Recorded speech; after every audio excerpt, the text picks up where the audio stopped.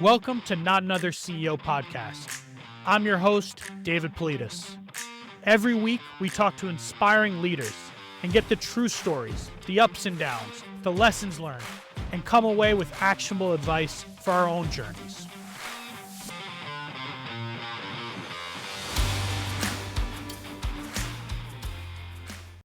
Hello, everyone. We have a very special guest with us today. He's had an amazing career in SaaS. He started in product management and is now CEO of an iconic SaaS company. He spent time as an EIR at a couple of the best VCs in the world, Excel, Trinity. He's a board member at F5 and Pubmatic. His name is now synonymous with customer success. His company has defined the best practices for how SaaS companies engage with their customers. And maybe most importantly, he's a huge Swiftie. So with that, please welcome Nick Mehta, CEO at Gainsight. Hey, Nick. You're too kind. And by the way, I'm assuming my mom wrote that intro or something. That's way over the top, but thank you. Awesome. Great. First question. What's one thing you've done at Gainsight, big or small, that had the biggest impact and that you'll absolutely do again if you're CEO of another company in the future? Easy. First, when we just got started, creating our values from day one, making them really deep in the company, and then turning that into kind of a mission statement, which is what our mission statement is: to be living proof you can win in business while being human first. And how do we make sure that we never forget, person on the other side of the Zoom or the podcast is a human being, whether it's a customer, employee, alumni, even somebody who churned you, an investor, they're all human beings first. That's absolutely what's driven us.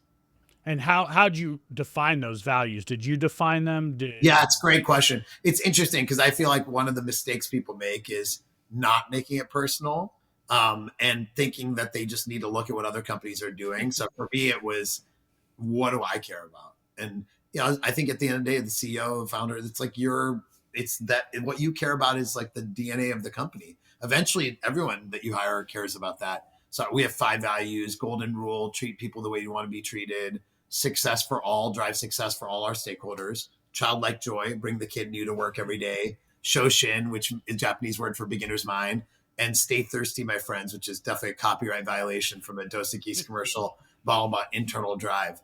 And so we've got these 5 values. They're kind of quirky and they're like ours. Very memorable. Very memorable. They're my values, like my life too. So it's actually, I think that's what I tell CEOs is the only way to have good culture is make it something you truly care about. If you make it like, oh, I read a blog post from somebody else, it's going to be a total sham. How do you reinforce those values, on a day-to-day basis or month-to-month basis? Like how do you do it in hiring? How do you do it for the team that's there today? Yeah, I mean, there's some of it. What's kind of nice is over time, it just becomes in the water. So you actually don't have to even do anything. Like if you were in a Gainsight meeting, I'd almost guarantee internal, external, somebody would use one of those values. Like almost guaranteed. Like my guess is it's 95% of meetings. But a couple of tactics that have worked well for folks that are kind of like maybe earlier on that journey. The number one is like truly caring about it. So whatever as a CEO you care about will naturally come out in meetings, right? It'll naturally be reinforced. It's not like you have to think about it. I've talked to some CEOs where they can't even recall their values. Like I'm like, oh my God, it's such a right. And it's like, no. They're like, oh, they're really important. I'm like, what are they? They're like, I don't know. And it's like, oh my gosh. And so you have to really care about them. And then a couple of things I think that are really helpful. Number one, obviously in your employee onboarding, like when I do we have employee onboarding, probably everyone does the same thing. Different people come present and all that, right? And mine is 100% of our values and culture. That's all. I don't have anything else. And I just go through each value, what it means, why it came up, etc. So that's one thing that we do. A second thing we do is in every all hands, we talk about them. But also not just every all hands, those are every quarter. I have a Sunday night email every Sunday night, which I've proud to say I've sent across Gainsight and even past companies for the last 20 years, every Sunday night. So that's what I do on Sunday nights, by the way, for way less fun. Wow. And in that, I also talk about values inherently. And then, so I'm kind of reinforcing constantly onboarding, employee communications, etc. But then one thing I did recently, like a couple times in the last few years, I started hearing, oh yeah, Nick, you care about the values, but some of your leaders don't, which kills me. And so I started doing a survey, and I'm not a big fan of anonymous surveys in general. I don't do them, but for this one, I'm like, anonymously rate every leader in the company on how they live up to each value and give me comments. And by the way, it's not easy for the leaders to like have that happening, but also I'm like, if a leader's not living up to the values, I need to know. And so honestly, David, I like learned a lot. You learned a lot about Wow. what I don't know, which I felt embarrassed I didn't know, and definitely led to making changes. And so that's something that's really important, is assessing leaders. I think at the end of the day, one way to kill the values is to have leaders who truly don't live them, even if the CEO believes in it. It Mm, kills the values and just the belief these values matter. And then the last thing I would say is on interviewing, you were just mentioning that that's a common thing. I don't think it's actually, at least for us, it's never been like, oh, there's one question for each of these values. But it's more like when we have discussions with candidates, how are those values naturally showing up? And then in the assessment, it has those in there, but it's not like a question. It's more like a mm, natural, our team all knows it so well. One thing that where it really shows up well though is we at the end of most interviews, especially senior ones, we have people do a presentation, and then there's a group of people assessing. Afterwards, you can kind of see a lot of the values in that presentation, right? I think one-on-one's actually quite harder, but in a group setting, you can kind of multiple people saying, "Oh, they didn't hmm. really apply the golden rule the way they treated us, or they didn't have a lot of insights." You know what I mean? So those are some Yeah. ideas. Wow. That anonymous survey on the leaders, I like that though. I like that a It's lot. interesting. 'Cause I don't think all my leaders loved it, to be totally honest with you, but I think it's the right thing to do. So yeah, yeah. Wow. Well, it's because at the scale that you're at, it is impossible to know everything that's happened. I it's mean, so hard. We like more than 1,000 people. I'm like, how do I? People, I have no idea what's happening. It's right, very right. embarrassing. I used to know. Um, I used to know everything, and now I don't. one of the things you've built this honestly amazing community. I mean, it's something that I would say in SaaS, people, if you say what's the company that's best built the best community, people will say Gainsight, and it's synonymous with customer success, and you're a big part of that.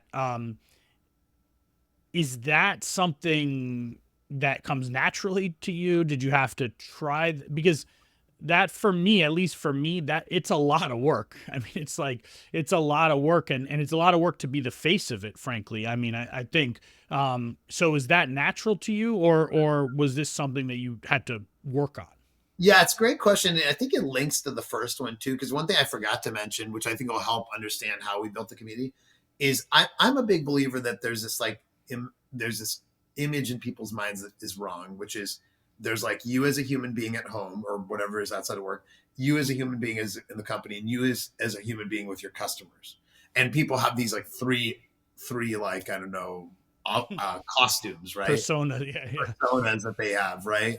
And I think it's not good because number one, it's very like if you have to pretend like at work, it's not the same. You don't have that full energy. Number two, it's not authentic, right? And people can see authenticity or inauthenticity a mile away, right?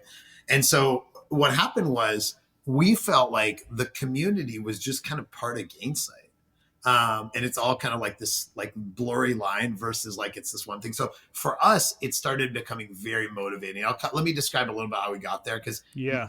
people might be early in the journey. I think a lot of these things are like riding a bike or whatever. It's kind of cheesy, but like they are hard to start and they're intimidating. And then once you start doing, if you do them well, you get positive reinforcement, and then it just becomes easy and natural. So today, if you said, Nick, is community building and culture like hard? No, like it's just what we do. Is it was it hard to start? I think so. I mean, so long ago, I'd say, but I think it was. I think number one though is there's some ingredients. The first one is there has to be a need for a community. So there has to be Mm, a set of people who actually want togetherness, right? Community is fundamentally more about the human side. It's about there's actually the one if you go on Google and type in community definition, it'll say like a feeling of kinship or something like that, right? That's I mm, think the second definition. And so it's these people that want kinship, but right now feel lonely in their job. So in our case, early on in the customer success world, it was new, and a lot of companies had a little CS team, and there's a person, and they did just start in the job, and they don't even know how to do it, and nobody in the company knows what they're doing, and the family doesn't know what they're doing, and so they're like, oh my God, there's other people like me. When we started Gainsight 2013, we were like, hey, maybe we should try this community thing. So we literally sent out an email, said, hey, we'll do a meetup. Back when like meetup was a big thing in Yeah. our like crappy office. We had this office above a bar in Mountain View, California. It had like it was cool. The carpet was peeling off the floor. There was like one bathroom. It was a terrible office. I mean, very quaint and good memories, but. And so we invited these people on like just like a blast email, and we didn't know any of these people, by the way. And meet up, customer success, whatever, right? And like we thought, oh, maybe 10 people show up, and like 75 people showed up. And by the way, we went to Safeway, which is a grocery store here or there, and we bought like the crappy cheese plate and the crappy wine. And they showed up, and they definitely weren't there for the crappy cheese plate, crappy wine. They were there to meet each other, and it was like buzzing till like I don't know 11 o'clock or something. So then we decided, oh my gosh, this is a thing that we started throwing this event called Pulse, which is a big conference, and eventually thousands of people. And the key thing was we always made the community not about Gainsight. We called it Pulse. We didn't call it Gainsight something. If you go to Pulse, it's not just Gainsight. There's a little Gainsight commercial in there, but it's mostly just people presenting on best practices in renewals or customer success or whatever, right? And so for us, the community took number one of learning that there needs to be a community, that there are people that actually don't have that connection. Number two, the first time you do it, making it clear it's about them, not you. Number three, getting to know them really well. So learning what they really want, like both work and even like their own careers. Number four then is then bringing our own culture. So it feels like there's this like warm, authentic place. And then what's kind of interesting is are the people in the Gainsight community, or it's not really the customer success community, a lot of them list our values in their LinkedIn profile. Is that crazy? Yeah, it's really nuts. And so they really, it's like we're all one and the same. I mean, it's really that's interesting. amazing. Yeah, it's sort of a bit of a sign of success. The last thing though is really remembering that they're human beings. We say human first business. So as a human being, what are they thinking about? Well, they're thinking about like, whatever job they're trying to do. Like in our case, it might be like improving retention, but they're also thinking about like, I don't know, how do I move up in my career? I'm worried about getting fired, blah, blah, blah. Right. And so we've done all kinds of things, entry level CSM, online training, helping writing a guide to hiring a CS executive, a guide to looking for a CS job, informally helping. I personally, honestly, probably help thousands and thousands of people try to find their next job and do the intros and all the like, hey, I know this person helping. We built a job board. And so that's one other thing about community. If people are thinking about building it, remember, think about them as a human being first. What do they care about? I guarantee it's not just your product and whatever product you have. It's interesting. I think community, especially like in the past when I've talked to you about Pulse and I've talked to your team about Pulse and our team has gone to Pulse, and it's this thing that I don't know how you feel. I have felt in my career, it's hard to put an ROI on the investment into the community, and that has always been, I think, one of the challenges for people to keep investing in community the way that you have, the way that some of the most successful companies have, because you have to get through years of people asking you, what's the ROI on that investment, right? Oh my God. Yeah. There's this great Einstein quote, which is everything, not everything that can be counted counts, and everything that counts can't be counted. And this is such a good example where you just said, Nick, what are the most important things in Gainsight history? It's the Pulse community. We've written 6 books on customer success. It's all the blog posts. And if you said, Nick, how do you track that from there to a lead or to bookings? I'm like, we've tried. We can't. But if you ask any customer who's ever bought Gainsight, why'd you buy Gainsight? The thought leadership, going to Pulse. Exactly. Right? So you can only know it after the fact, and like only if you truly know your business.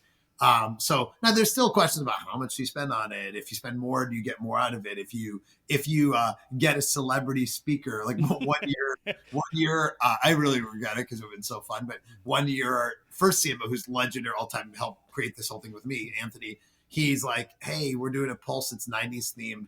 Let's get the Backstreet Boys to perform. And it would have been like 750 grand. And I nixed it. It's my greatest regret because I'm like, that was venture capital dollars. I could do that back then. I'm private equity back now. I can't do that. No way. You know the feeling. And so, but the like, there's some ROI of like the incremental dollars, but the ROI of the concept is like infinite. The Mhm. last thing I'd say, which is pretty interesting, kind of meta, is we did so much in community. We learned so much in community, but then, and these are like events and stuff like that. But then people wanted like make community persist, so we actually launched an online community for Gainsight, and then we were like, oh, this is really great. We know about it, and then online community software is a space, and so we bought a company called Insight, and so it's kind of interesting because a lot of things that we've done have been extremely meta. Not to make a pun on my name, but they've been very meta because we do things, we do customer success, we do community, we learn about it, and then we build our products or buy products to reinforce that. And that's another value of community is you, in addition to ROI of, let's say, selling more and retention, you just learn so much, right? Like, and Mhm. like, you can learn stuff from like a one-on-one customer sales meeting or whatever. You learn so much being at a community event, having the beer with the customer, thinking about like what's really on their mind, and then you get preferential treatment in deals, preferential intel. Mhm. You get so these all these benefits that come out of that deep relationship.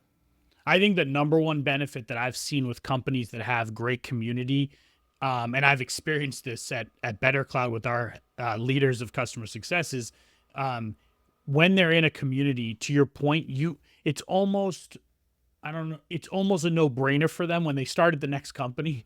What is the product they're going to buy? They're going to 100%. buy they're going to buy the product that is from the community that they belong to, because they don't want to leave that community, right?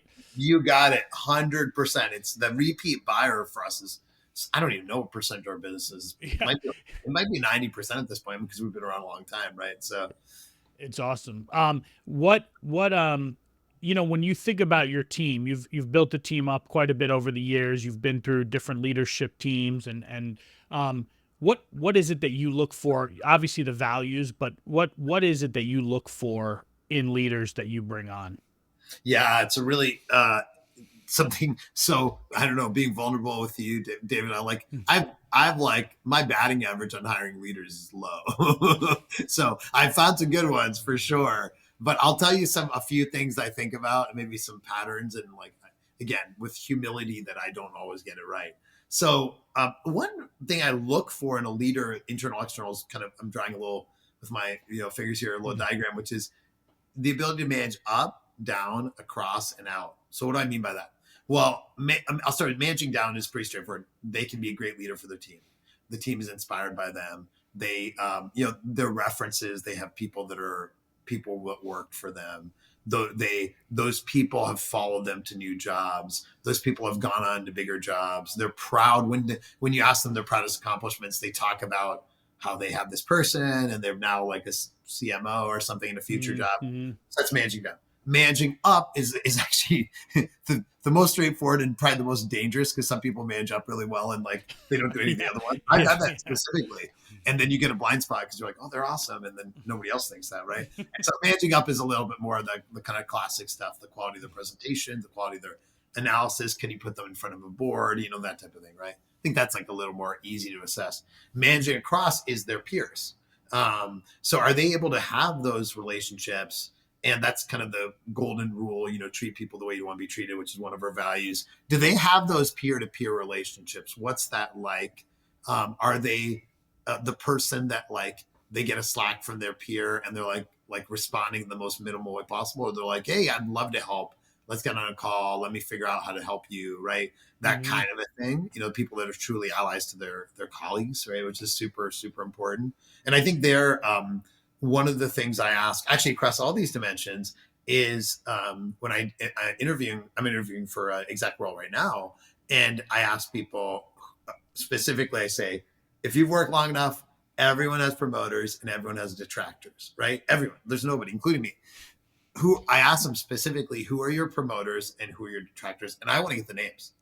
And now, by the way, like it's interesting because if they list them very voluntarily, it's awesome. They're very self-aware. If they don't, either because they don't know or whatever, there's an issue. So it's actually quite a disarming question, but it's pretty good. And then I say, when I call those people. I hired a president recently who's been amazing so far.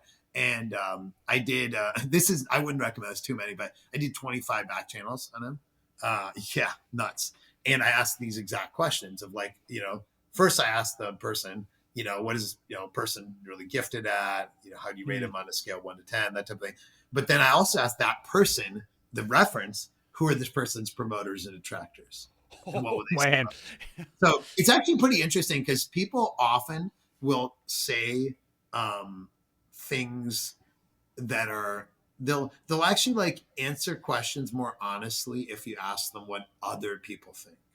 It's very actually hard for people to like very directly say what they think. So for example, hey, you worked with David. Like I can say, you worked with David. What do you think of David? What were strengths of weaknesses? Or you worked with David. Hey, I'm just curious, what did the other folks around you think of David?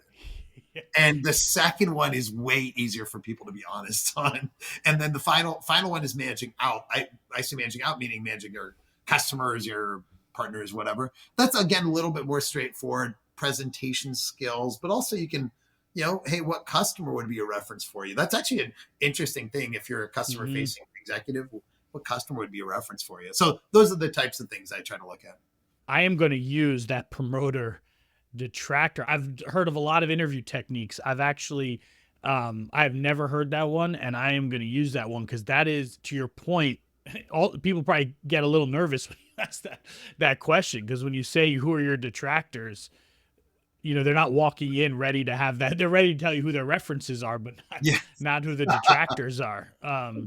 That's a great question. In interviews especially for leaders, I think you got to disarm them a little bit, not be a jerk at all, but disarm them. Another tactic, by the way, it's super tactical, but is if you're fortunate enough to interview somebody in person, take them for a walk.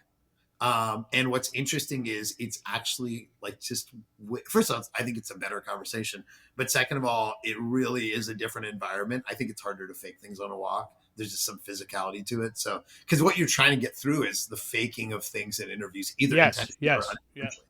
That's what we're all trying to do. And the truth is, a lot of executives, if you get that point, you're good at faking things. Yeah, I'm going to use that. That one is good. The other one, when you talk about the references up, down, sideways, one of our investors, when they were helping me go through executive search, they were very insistent that we're going to do 3 back channel references, up 3, down, and 3, peers. And it was exactly like you said. You may find that they were an amazing leader, but they're an amazing leader for their team because they protected their team from all the other peers and didn't do actually any collaborative work. Like I've had a couple of those actually, where the people who worked for them loved them, but it was actually because they protected them from basically having to do anything. That's exactly right. By the way, on that note too, on back channels, I would highly encourage people to not outsource all the back channels to like HR or executive search or whatever. Some of them done there. I would also encourage, like, at least for me, what's worked is if you, to the extent you can find a back channel that somebody or at least you kind of are connected to reasonably strongly, they'll be more honest, right? So like if I called you for a back channel, I'm pretty confident you'd just give me the straight scoop. And I wouldn't tell anyone about it. And same way, if you called me, I wouldn't be like, hey, yeah, that person's great if I didn't really think so. You have to be careful about the back channel that's fake. I remember previous company, I hired a CFO who's a super nice guy, but oh my God, total train wreck in a way that we almost ran out of money, billing system implementation, long story. But the CEO they had was like a super positive reference.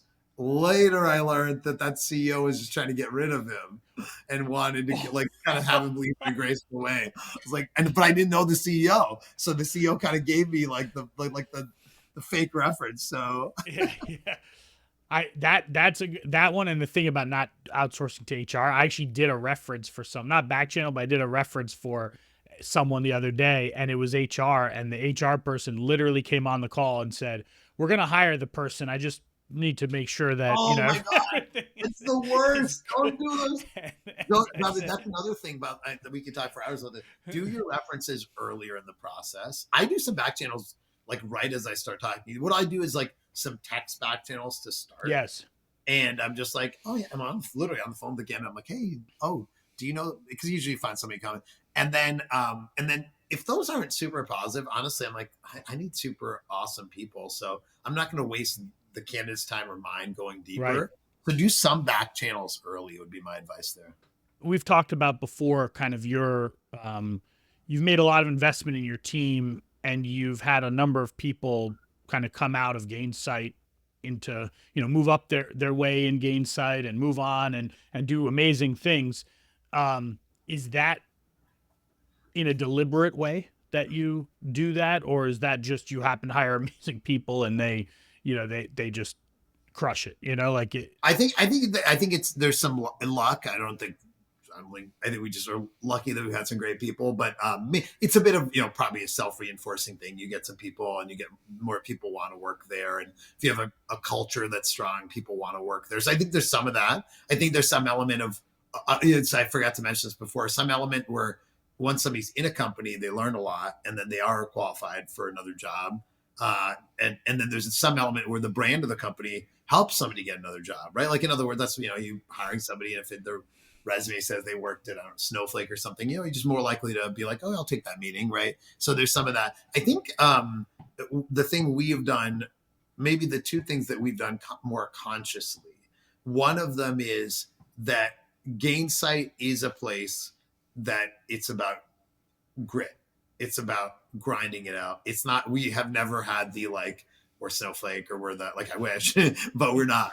And so we don't have this like massive tailwind that just makes us, it's more like grinding it out. I think the grind too, right? Yes. And so I think the grinders actually learn a lot. You probably learn in some company with like unfettered success, but you may not learn. You may even think you learned, but really what you had is like a tailwind at your back. We both probably have experiences hiring people from the like big tech companies, yes, and they just didn't have that grit. And so I love hiring people where they worked at like a company that was successful, but not just some crazy outlier success, because that means they were able to just grind it out every day. I'd like to have them had some success on the resume. So just if all the companies fail, that's like a harder thing because they never learn. But I love it if they've just ground it out. The last thing we've done, which I'm a big believer in, is celebrate people on the way out. And that's, I think, something that's really, it matters to me personally, because I want these relationships matter. There's some companies where the person leaves and the CEO like basically won't talk to them anymore or whatever, is upset at them. And somebody I talked to 2 days ago who's like an amazing person, had been in Gainsight a long time, and she's leaving, and I said do the same thing I do every time. First of all, I try to do calls with people when they're leaving. I said, number one, thank you. Number two, congratulations. Number three, what can we do to make this company even better for the other employees? That's it. I'm not going to be like, hey, why are you leaving? Blah, blah, blah. I'm not going to make them feel bad. And so then what happens? They leave, they post on LinkedIn the new job. Some companies or some CEOs be like, oh, I better not comment on that because other people will see that they left. You can see I comment on almost every single alumni. I noticed that. Yeah, you noticed that. Probably a lot of people probably notice. And they're like, oh, wow, that person left Gainsight. But eventually you're like, oh, yeah, people leave company. I mean, like who's, besides suckers like me who are going to work here forever. So like, I just have come to peace, by the way, for the CEOs watching. I think there is like a human thing that I've had to internalize. I had this analogy in my head, actually randomly, it was like a dream, which again shows me the personal problems I had, but I had a dream and it was basically like, I'm this like railroad conductor on a train. And I'm driving this train. And then all the employees are coming on the train and doing amazing things for us. But eventually they get to their destination and they leave the train because they're on the train to get somewhere. And the somewhere isn't just being on the train. And so eventually I realized, you know what? Eventually everyone will leave Gainsight. Every single person. There'll be new people, but there's nobody that'll be here. And it's possible that nobody be here as long as I am, although I could easily get fired. So that can happen too. But that's a bit of a psychic, emotional thing you have to sort of like, I think I've had to process in my head. It's kind of lonely. You're like, oh wow, like I'm the one that's on this train, and again, somebody else will take over the train eventually. I hired a president who's now feels like the guy I was saying was a big hire that's very successful so far. Feels like the first person that's actually like in the drive, the front of the train with me. But it is a lonely thing that you have to sort of process. But I think to make people feel bad about leaving the train is the wrong idea, at least from my perspective. I agree with that. I mean, early in my career, I feel like when people left, I took it truly personally, like actually personally. Like this is an attack on me, and I took it personally. I'm not going to talk to them. I'm not going to, help them. I'm not going to. And then you do realize, I mean, in real life, who's staying at companies for 10 years, and you do realize how it all comes back around. When I went through and interviewed some of the best people we ever had, at Better Cloud, they all somehow found the company through another person that may have worked at the company, interviewed at the company, whatever the case may be. And you do realize, like, yeah, the human piece of it, it's not about you or me or the other CEO or so I'm It's with you on it's that. interesting. Two other quick comments on it, like one comment, one anecdote. So the comment is another thing to, I guess, over time get confident in. If you're like, if you're a tiny startup, like, honestly, person leaving does have a pretty big impact. As you get bigger, people leaving, like, you really miss them as human beings. And there is some impact. But honestly, if you said, Nick, like, how many people have left Gainsight over the number that statistically, the number of people that have left Gainsight over 10, 11 years is a huge number, just because, like, even if, Yeah, of course. right, 1,000 people plus. And if you said, like, oh, how many of those where it's like, oh my God, like, you never, like, it really was a huge setback. I don't know, like 5. Like, I mean, it's not Yeah. a huge number. And it's because companies become more resilient over time. Like, the whole point is that somebody can leave. It's not a bad thing. And then we on the beneficiary side, you're right. Like, all the alumni or the people around us, like, drive the whole business. They become customers. They become, they come back to Gainsight. They refer somebody in. We have it's totally a random story. I'm looking for an executive in a certain role, and I there's this person we were trying to get to, and she politely declined, right? And not because of Gainsight, just like, I'm happy Yeah. in my job. She was like having drinks with her neighbor who happens to be like a webinar contractor for us. And the webinar contractor was like, oh my God, Gainsight culture is so amazing. And that's why the senior executive is now re-engaged in our search. Is that crazy? Every single human being you touch could actually, like, have a huge impact to your business for the better or the worse. So Yeah. So when we talk about team, one of the things I've called you about before is chief of staff role, and you've given me some advice on that. You've written about EA roles. Can you talk a little bit about that? Because I think for me those two roles were at different times, but those two roles I think changed my way of operating, but maybe my personal life as well. oh my God, Is all of it. having those. Yeah, let me start with EA. So Erica Mansfield's my EA for, thank God, for 8 years. And I think most CEOs realize, like, it's like the most important job. Like, it's just, you get a good EA, hold on to her or him forever. And by the way, a lot of CEOs, like, they'll go to the next job and they'll bring that EA. And by the way, like, Yep. sometimes I know some CEOs who literally, what if they've had some financial success, they literally personally pay for their EA in between the jobs to make sure she's not, or he is not going to get a new Yeah. job. So this is how important I was joked to on my team. I'm like, I'm the second most important person in Gainsight. The most important person is Erica. If we ever need to, like, fire a whole bunch of people, make me the second to last person to be fired. Keep Erica; she can run it. And I think that, each person, what they need from their EA is unique. But I would just tell a CEO, if you're like in a world of, like, frustrated with your EA or they're not great, you got to move on really quickly. And if they're really amazing, hold on to them with everything you got, every Yes. single resource. Pay them a lot of money, like, everything. Treat them well.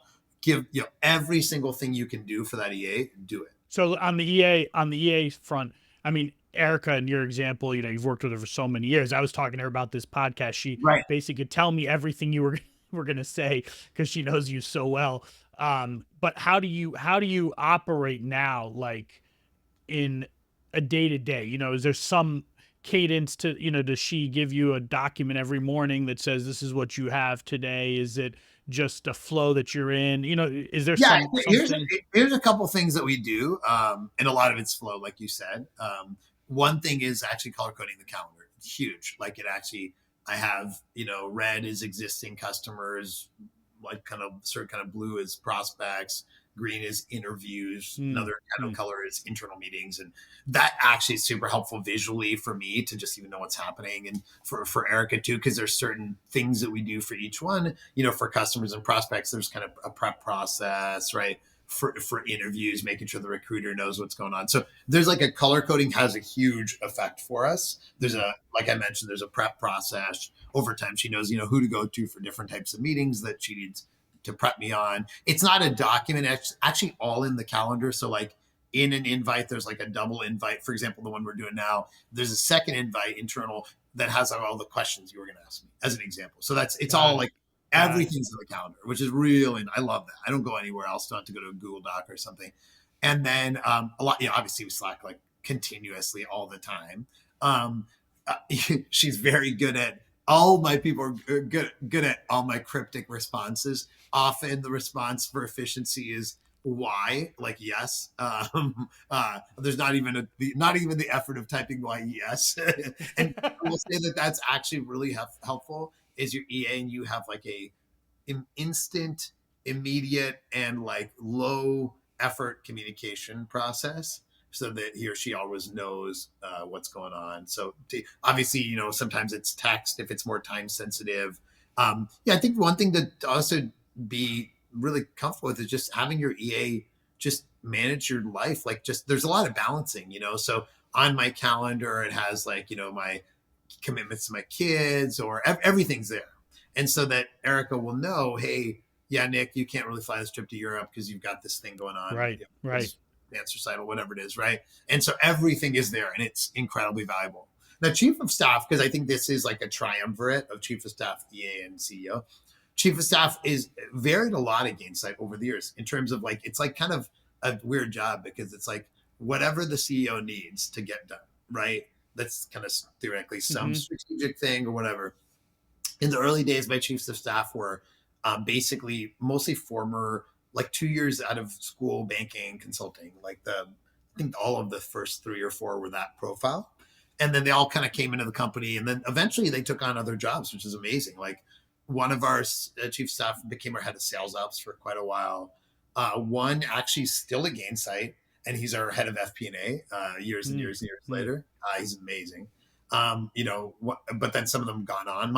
The sort of all time goat, Allison Pickens was like Yeah. Yeah. you met Allison, right? And she Yeah. was my chief of staff. Then she was our director of something. Then she was our head of customer success. Then she was CCO. Then she was COO. And then she started her own venture fund, right? And she's doing amazing. We just emailed yesterday.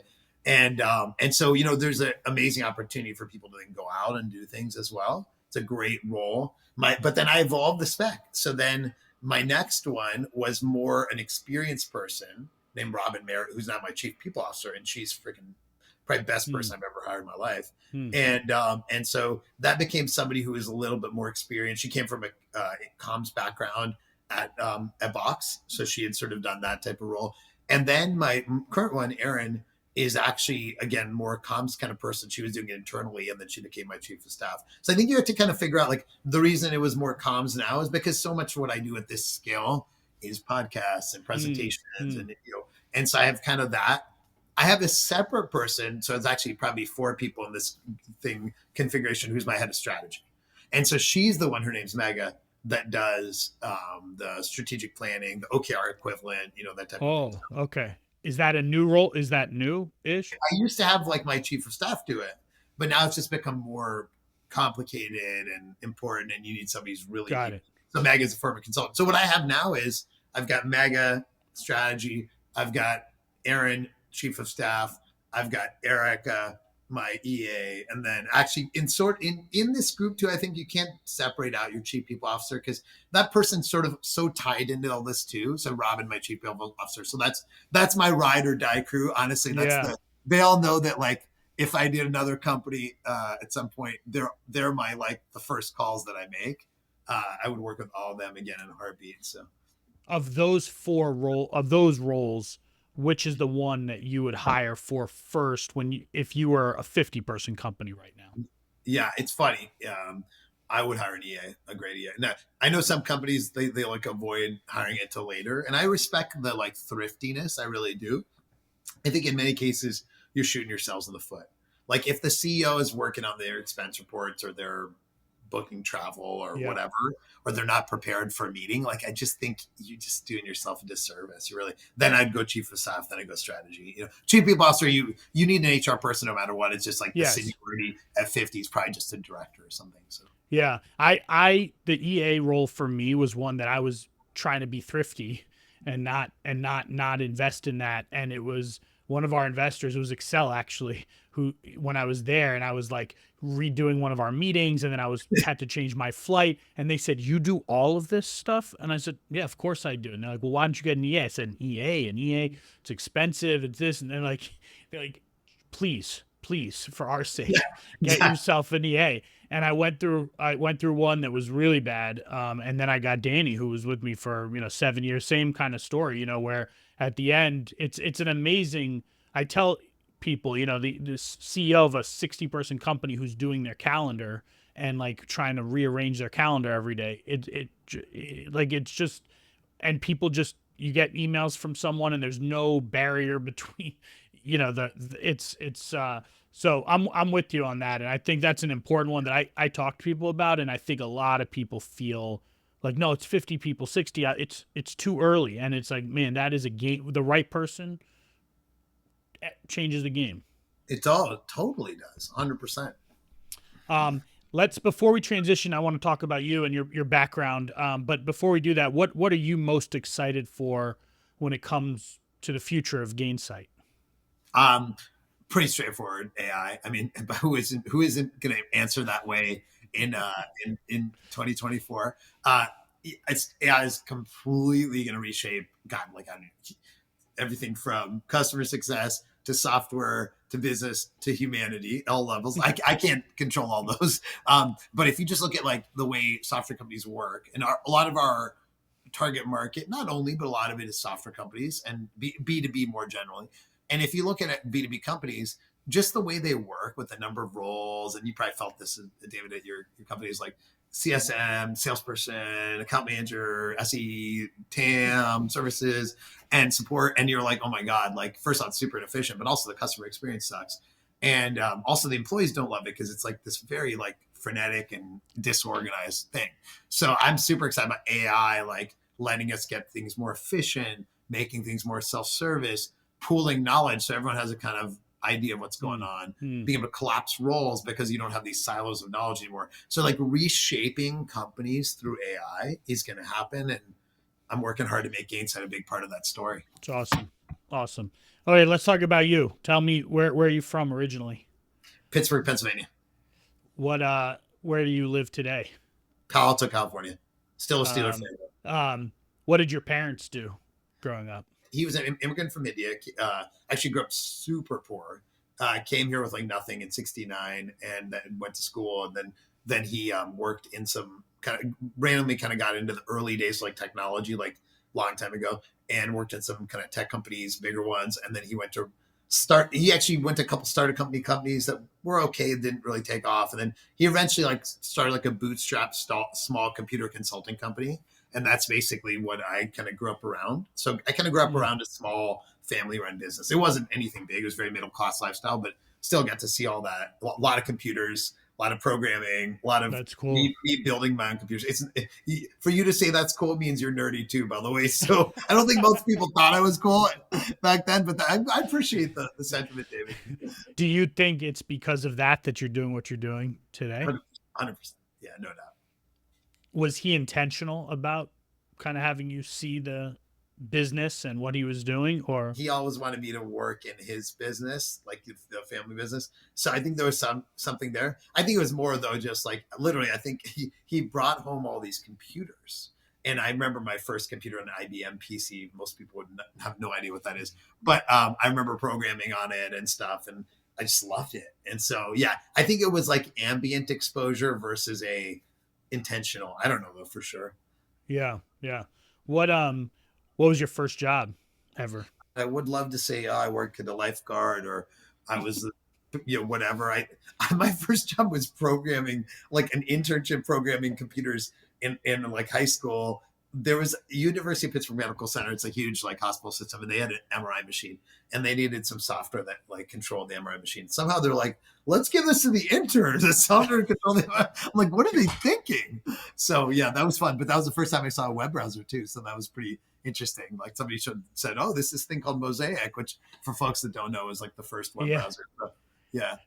Wow. Wow. That's um do you think you knew that you wanted to be a CEO, or like you knew you wanted to work in tech, I assume, given everything you just said, but I'm pretty sure it's funny. I wish I could have some like story about the serendipity, but randomly I was with some friends and I was like, they're like, oh, what did you want to be when you grew up? And I was like, I think it's what I wanted, what I'm doing now. Let me see. And so randomly on my phone, I brought up Dropbox, and somehow through some miracle, I like have the essays for my college application in like some, I don't know how many computers and how many file formats and some, and I like end up like finding something to even open the file. Anyways, it said like, what do you want to be doing in 20 years? I was like, be a CEO of a tech company or whatever. And yeah, that's what I'm doing. Apparently what I wanted to be is what I'm doing. It's you pretty have rare. to you have to post that. I need to That's find that actually. That's a good you song. have to post that. That's It's embarrassing, but I'll find it. Yeah, I'm typing it's that like one of those like letters you send to yourself, and like open up 20 years later. 100%. Yeah, it felt eerie reading it. So That's a great. What do you think in your career? What was your biggest break? What was easy. I was working for this company called Veritas Software, and it became Semantic. Enrique, used to be a CEO of Semantic a long time ago. Now a great investor, and we had bought a company, and it was like a small business, and my boss was just such a great boss, and Mike Spicer, he's like a legendary investor now at Sutter Hill. He was a Snowflake guy and others. And Mike said, hey, we bought this business. You want to come run the product management team for it? And so I was like an individual contributor product manager at that point or something like that. And he's like, you want to take this on? So I went to run this. It was like a business in England, great business. And, but I was living in San Francisco. So I kind of like fly there a lot. And I started doing well. Then the second break though, which is kind of funny how life is, I'm running PM and there's this other guy running engineering. And the other guy, for whatever reason, was totally not doing a good job. And they fired him. And they didn't have a plan. So they're like, Nick, you want to run both of them? And then I was like, sure. And so then it turned into like, oh, now you're the general manager of this. And then that business did really well. So you talk about the lucky breaks. My boss was like, oh, yeah, wants to bet on me. The person I'm collaborating with was not getting a job, got fired. Right. And then the business did really well. And then that translated into, okay, now you can start a company, be a CEO, whatever. So yeah, that was it. That's the break. wow. Yeah, when I ask people this question, everyone has that break. Everyone has that break. It's unless you start your own company when you're 22 years old or whatever, and you still have some break somewhere along the way. But yeah, it's funny because when people when their boss is fired or their peers fired, it's natural. It's a human thing to be like sad and maybe scared over it. And then, but you forget like there's a lot of opportunity when that happens. So exactly. What is it deep down for you that drives you, that motivate, to get up every day, to do to hustle, to fly all over and meet with all the customers? Like, what is it that drives now you? you got to call my therapist. I've got a great CEO coach. So you have to have a team. So I'm fortunate to have a really good coach, which I'd highly recommend having a coach. And, we've done a lot of work on that exact question together. And there's a tool called Enneagram, Enneagram. It's kind of like Myers-Briggs. You take a test and you get a number 1 through 9. I'm a 3, which is basically called achiever. And achiever, the theory behind Enneagram is like it's a lot about your childhood. And unfortunately, like what happened was I've got not unfortunately, I have amazing, or my dad's passed by, I had amazing dad and have amazing mom, immigrant parents, classic, literally in addition to having all these ambitions for my job, they had the the poster of, the Harvard poster above my bed, the Einstein poster above my bed. It was very clear. It wasn't subtle at all. My mom was still is very intentional. She texts me all the time. She texted me a couple of days ago and said, "Hey, I'm watching the Tour de France on TV." First of all, I'm like, "Why are you watching the Tour de France, Mom? You don't even know what that is." But then she says, "Are you going to be able to do it one day?" Meaning Brian did it one day. So I had all this like parental energy around achievement, which especially for immigrant children or others, people relate to that. And then that what I get on the Enneagram is a 3, which means you believe your self-worth is about your achievement.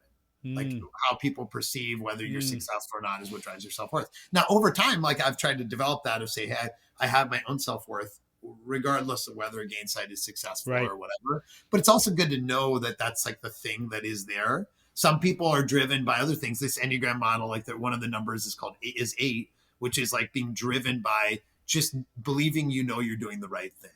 And then 1 is being driven by always being perfect.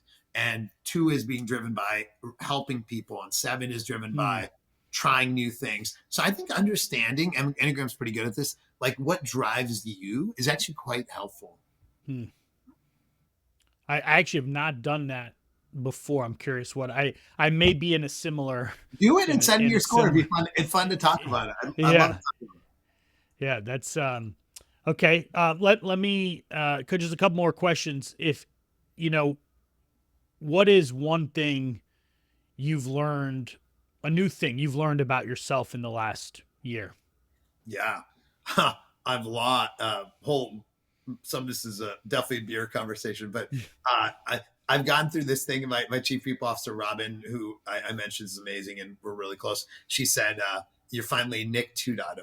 And Nick 2.0, some folks probably can tell, like the stuff about like connecting with people, caring about people, it's sort of, at least at this point, comes pretty naturally to me. But there's another thing you have to do as a CEO is be really candid and, like make the tough, candid decisions. And that's something that I have developed about myself. In some ways, being totally vulnerable. I went through a lot of stuff personally, and that like led me to almost like this just is naturally happening, which is like becoming more candid, not holding back. Even funnily enough, I was such a prude. I would never, ever, ever swear. I would say HE double hockey sticks, right? Literally. And as a 40-something dude, like I would say that. And now I'm much more comfortable swearing, because even swearing is like just being more candid about things. And I don't get angry or upset or anything, but I'm just much more candid. And I learned that was really holding me back, and how that lack of candor was a fear of people not liking me. And that's certainly like a huge drive. Actually, despite how extrovert I might be now, I was very lonely as a kid, didn't have any friends, anything. And so like I had this like huge like ongoing desire that people don't really like me, and fear. And so kind of getting like developing awareness of that, developing my own ability to be candid, comfortable whether people like me or not, I'm trying to do the right thing. That type of thing has helped a lot. I always tell people at Gainsight, like my job is not, there's thousands of people at Gainsight. My job is not any one of them. Like, it's not like, as much as I care about each one of them, that's not my job. My job is Gainsight.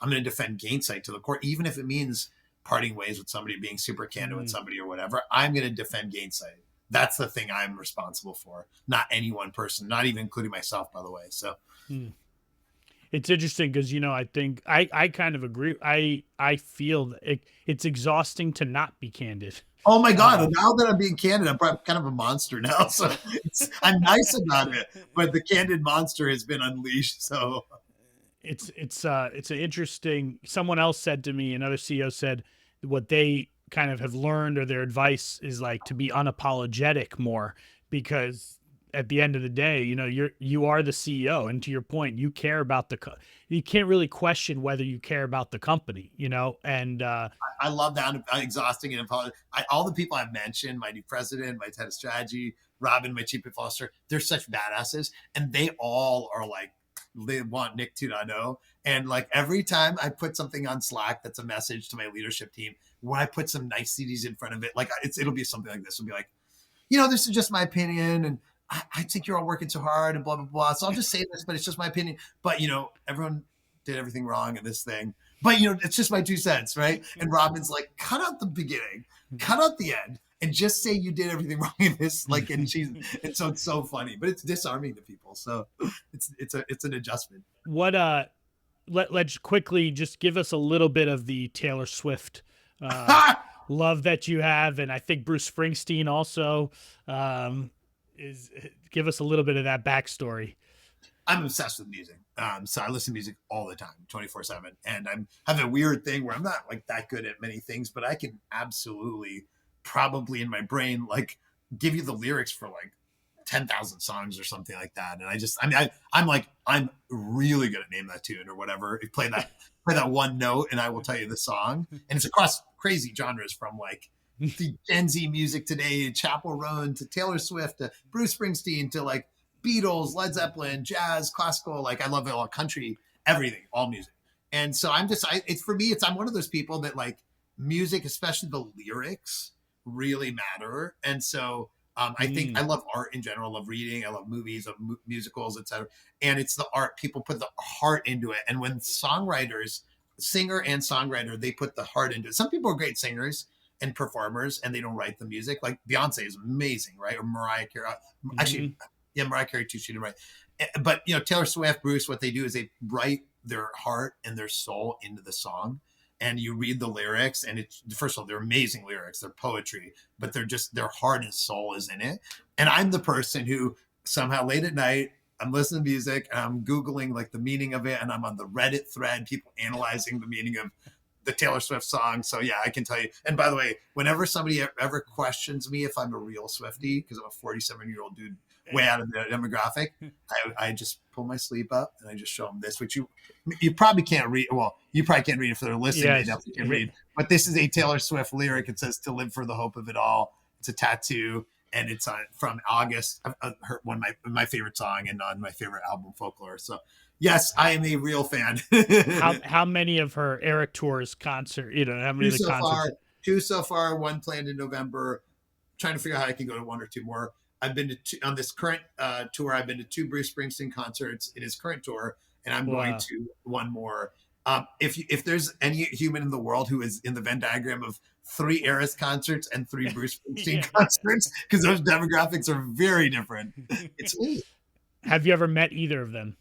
Oh my God, no, because first of all, that would be amazing, and second of all, I think I'd die on the spot. So it would be very different though. Bruce, I think, is like, he's actually like the most down to earth dude in the world. Taylor's like a true just celebrity. Yeah. So I know a guy who he grew up in Jersey, and Bruce is famously from Jersey, and he worked in a bar in high school, which I don't know how you work in a bar in high school. That's a whole different thing. But, and he said Bruce Springsteen would come in every day, and like he'd just sit at the bar, and by the way, Bruce would give him $100 tip every day. So I'm sure that kid was working hard. Oh. Yeah. So anyways, Bruce is really approachable. I would love to meet Bruce. That would be amazing. Okay. We'll try to work on that. All right, cool. Nick, tell us, if people want to connect with you, learn more about Gainsight, how do they do that? Yeah. I mean, LinkedIn, you probably can't even avoid me on LinkedIn. Many of you probably want to, but I post a lot, pretty much every day on there. So feel free, and you can send me a LinkedIn message or whatever. Awesome. Thank you, Nick. I really appreciate you making the time to share your story, and I really appreciate just how transparent and vulnerable you've been. Thank you. Thank you, David. It's really fun. Awesome. And for those of you that are listening, I hope you enjoyed this conversation as much as I did. And there's a lot to take away from this, whether it's creating the mission-driven culture or being candid or how to create community. So much here. So I would love if you shared this with your network, and thank you. And we'll see you next time for another episode of Not Another CEO Podcast. That's a wrap for this week's episode of Not Another CEO Podcast. Thanks for joining. For show notes and more, please visit notanotherceopodcast.com. We'll see you next week.